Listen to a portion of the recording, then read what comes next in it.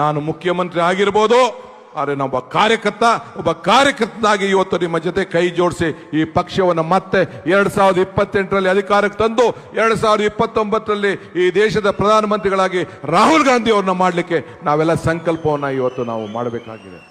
ಆ ಕೆಲಸವನ್ನು ಮಾಡೋಣ. ನಮ್ಮ ಜೊತೆ 5 ವರ್ಷಗಳಿಂದ 5-6 ವರ್ಷದಿಂದ ಇವತ್ತು ನಮ್ಮ ಸೆಕ್ರೆಟರಿಗಳು, AC ಸೆಕ್ರೆಟರಿಗಳು ದುಡ್ದಿದ್ದಾರೆ. ನನ್ನ ಜೊತೆ ಪದಾಧಿಕಾರಿಗಳು ದುಡ್ದಿದ್ದಾರೆ, ಕಾರ್ಯಾಧ್ಯಕ್ಷಗಳು ದುಡ್ದಿದ್ದಾರೆ, ಶಾಸಕರು ದುಡ್ದಿದ್ದಾರೆ. ತನು ಧನ ಮನ ಎಲ್ಲ ಖರ್ಚು ಮಾಡಿ ಇವತ್ತು ನನಗೆ ಶಕ್ತಿಯನ್ನು ಕೂಡ ಕೊಟ್ಟಿದ್ದಾರೆ. ಎಷ್ಟೋ ಜನಕ್ಕೆ ಅಧಿಕಾರ ಕೊಡಕ್ಕಾಗಿಲ್ಲ ನಾವು, ಆದರೂ ಕೂಡ ಇವತ್ತು ಇನ್ನ ಶಕ್ತಿಯನ್ನು ಮಾಡಿದ್ದೇವೆ. ಹೊಸ ಯೋಜನೆಯನ್ನು ಪ್ರಾರಂಭ ಮಾಡಿದವರು, ಗ್ಯಾರಂಟಿ ಯೋಜನೆ. ಒಂದೊಂದು ಜಿಲ್ಲೆಯಲ್ಲಿ 15 ಜನಕ್ಕೆ, ತಾಲೂಕಿನಲ್ಲಿ 50 ಜನಕ್ಕೆ, 15 ಜನಕ್ಕೆ. ಇವತ್ತು ಇನ್ನೊಂದು ದೊಡ್ಡ ಗೋಷ್ಠಿಯನ್ನು ನಾನು ಮಾಡ್ತಾ ಇದ್ದೇನೆ. ಕಾರ್ಯಕರ್ತರಿಗೆ ಶಕ್ತಿ ಕೊಡಬೇಕು ಅಂತೇಳಿ ನಾನು, ನಮ್ಮ ವರಿಷ್ಠರು ನಾವು ಮಾತಾಡಿದ್ದೇವೆ. ಪ್ರತಿಯೊಂದು ಪಂಚಾಯಿತಿಯಲ್ಲೂ ಕೂಡ 5 ಜನರಿಗೆ ಗ್ಯಾರಂಟಿ ಸಮಿತಿಯನ್ನ ಮತ್ತೆ ರಚನೆ ಮಾಡುವಂತ ಕೆಲಸವನ್ನು ನಾನು ಮಾಡ್ತೇನೆ. ಅವರೆಲ್ಲರೂ ಕೂಡ ಮತ್ತೆ ಹೋಗಿ ಈ ಫಾರಂಗಳನ್ನ ತೆಗೆದುಕೊಂಡು ಹೋಗಿ ಮತ್ತೆ ಮರುಪರಿಶೀಲನೆ ಮಾಡಿ ಅವ್ರಿಗೆ ಶಕ್ತಿಯನ್ನು ತುಂಬಬೇಕು. ಅದಕ್ಕೆ ಅವರನ್ನು ಕೊಡಬೇಕು. 5 ಜನ ಕಾರ್ಯಕರ್ತರಿಗೆ, ಎಲ್ಲ ವರ್ಗವಾದವ್ರಿಗೆ, ಎಲ್ಲ ಸಾಮಾಜಿಕವಾಗಿ ಇವತ್ತು ಅವ್ರಿಗೆಲ್ಲರೂ ಕೂಡ ನೇಮಕವನ್ನು ಮಾಡುವಂಥ ವ್ಯವಸ್ಥೆಯನ್ನು ಮಾಡ್ತೇನೆ. ನೀವೆಲ್ಲ ಕೂಡ ಶಾಸಕರು, ಕಾರ್ಯಕರ್ತರು, ಬ್ಲಾಕ್ ಕಾಂಗ್ರೆಸ್ನವರು, ಎಲ್ಲ ವರ್ಗದವರು ಕೂಡ ಅವಕಾಶ ಮಾಡಿ. ಪ್ರತಿ ಪಂಚಾಯಿತಿಲಿ 5 ಜನ, ಪ್ರತಿ ವಾರ್ಡಲ್ಲಿ 5 ಜನ. 7,000 ಪಂಚಾಯಿತಿ ಇದೆ, 4,000 ವಾರ್ಡ್ ಇದೆ. ಪ್ರತಿ ಒಂದು ಪಂಚಾಯಿತಿ ವಾರ್ಡ್ನಲ್ಲೂ 5-5 ಜನ ಅಂದ್ರೆ ಎಷ್ಟು ನಾಯಕರುಗಳನ್ನ ತಯಾರು ಮಾಡ್ತಾ ಇದ್ದೀವಿ. ಒಬ್ಬ ನಾಯಕನಾದವನು ಇನ್ನೊಬ್ಬ ನಾಯಕರನ್ನ ತಯಾರು ಮಾಡಬೇಕೇ ಹೊರತು ಫಾಲೋಯರ್ಸ್ನಲ್ಲ. ಅದಕ್ಕೆ ಕಾಂಗ್ರೆಸ್ ಪಕ್ಷ ಇವತ್ತು ಇದಕ್ಕೆ ಬದ್ಧವಾಗಿದೆ. ಅದಲ್ಲದೆ ನಾನು, ಹರಿಪ್ರಸಾದ್, ಸಲೀಂ ಅಹಮ್ಮದ್, ಇನ್ನ ಬಹಳ ಜನ ಲೀಡರ್ಸ್ ಎಲ್ಲ ಇಲ್ಲಿದ್ದೀವಿ. ವಿದ್ಯಾರ್ಥಿ ನಾಯಕರಾಗಿ ಬೆಳೆದಂಥವ್ರು, ವಿದ್ಯಾರ್ಥಿ ನಾಯಕರಾಗಿ ಬಹಳ ಜನ ಇಲ್ಲಿದ್ದೀವಿ, ಸ್ಟೂಡೆಂಟ್ ಲೀಡರ್ಸ್ ಆಗಿ ಇದ್ದಂಥವ್ರು.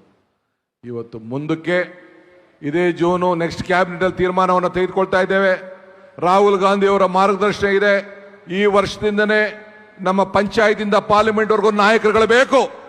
ಆ ನಾಯಕರುಗಳು ಬೇಕಾದ್ರೆ ವಿದ್ಯಾರ್ಥಿ ನಾಯಕರನ್ನು ಬೇಕು. ಅದಕ್ಕೆ ಮುಂದಿನ ಈ ವರ್ಷದಿಂದನೇ ವಿದ್ಯಾರ್ಥಿ ನಾಯಕರ ಚುನಾವಣೆಯನ್ನ ಎಲ್ಲ ಕಾಲೇಜ್ಗಳಲ್ಲೂ ನಡೆಸಬೇಕು ಅಂತೇಳಿ ಈ ಸರ್ಕಾರ ತೀರ್ಮಾನವನ್ನು ಮಾಡ್ತಾ ಇದೆ ಅನ್ನೋ ಮಾತನ್ನ ಈ ಸಂದರ್ಭದಲ್ಲಿ ಹೇಳಲಿಕ್ಕೆ ಬಯಸ್ತಾ ಇದ್ದೇನೆ. ಆದ್ರಿಂದ ನಮ್ಮ ಪಕ್ಷದ ವಿದ್ಯಾರ್ಥಿ ಘಟಕದ ಸಂಘಟನೆ ಇನ್ನ ಶಕ್ತಿಶಾಲಿಯಾಗಿ ಬೆಳೆಬೇಕು. ಯುವಕರ ಸಂಘಟನೆ ಶಕ್ತಿಶಾಲಿಯಾಗಿ ಬೆಳೆಬೇಕು. ಮಹಿಳಾ ಶಕ್ತಿ ಬೆಳೆಬೇಕು. ಮುಂದಕ್ಕೆ ಯಾರ ಕೈಲೂ ಈ ಮಹಿಳಾ ರಿಸರ್ವೇಶನ್ ತಪ್ಪಿಸ್ಲಿಕ್ಕೆ ಸಾಧ್ಯ ಇಲ್ಲ. ನಾವೆಲ್ಲ ಒಪ್ಪಿದ್ದೇವೆ, ಹೆಣ್ಮಕ್ಳಿಗೆ ಹೊಸ ರೂಪವನ್ನು ಕೊಡಬೇಕು. ಆ ನಿಟ್ಟಿನಲ್ಲಿ ನೀವೆಲ್ಲ ಸೇರಿ ಒಟ್ಟಾಗಿ ಕೆಲಸವನ್ನು ಮಾಡಬೇಕು.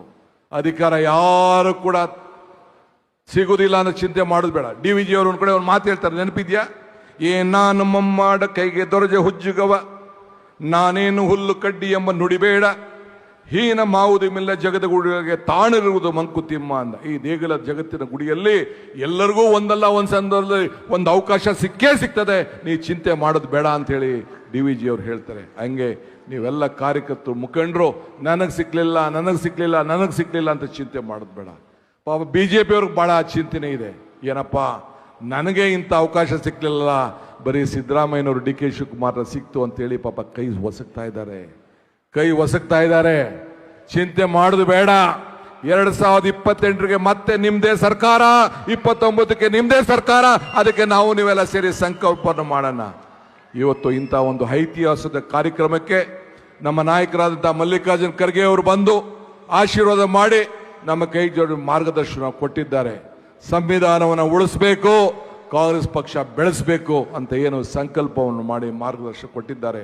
ಅವರ ಮಾತನ್ನ ಚಾಚು ತಪ್ಪದೆ ಇವತ್ತು ನಾನು ಮುಂದುವರಿಸ್ತೇನೆ ಅನ್ನೋ ಮಾತನ್ನ ಹೇಳಿ, ವೇದಿಕೆ ಇರುವಂತ ಎಲ್ಲ ಕಾರ್ಯಕರ್ತರು, ಎಲ್ಲ ಮುಖಂಡರುಗಳು, ನಾನು ಮುಖ್ಯಮಂತ್ರಿ ಇರ್ಬೋದು, ಆದರೆ ನಿಮ್ಮೊಳಗೆ ಒಬ್ಬ ತಮ್ಮ, ಒಬ್ಬ ಅಣ್ಣ, ಒಬ್ಬ ಸಹೋದರ, ಒಬ್ಬ ಮಗ ಅಂತ ಭಾವನೆ ಮಾಡಿ ನನಗೆ ಆಶೀರ್ವಾದ ಮಾಡಿ ಒಟ್ಟಿಗೆ ಸೇರಿ ನಾವು ಕೆಲಸವನ್ನು ಮಾಡೋಣ ಅಂತ ಮಾತನ್ನ ಹೇಳಿ ನನ್ನ ಮಾತನ್ನು ಮುಗಿಸ್ತೇನೆ. ಜೈ ಹಿಂದ್, ಜೈ ಕರ್ನಾಟಕ, ಜೈ ಕಾಂಗ್ರೆಸ್ ಪಾರ್ಟಿ.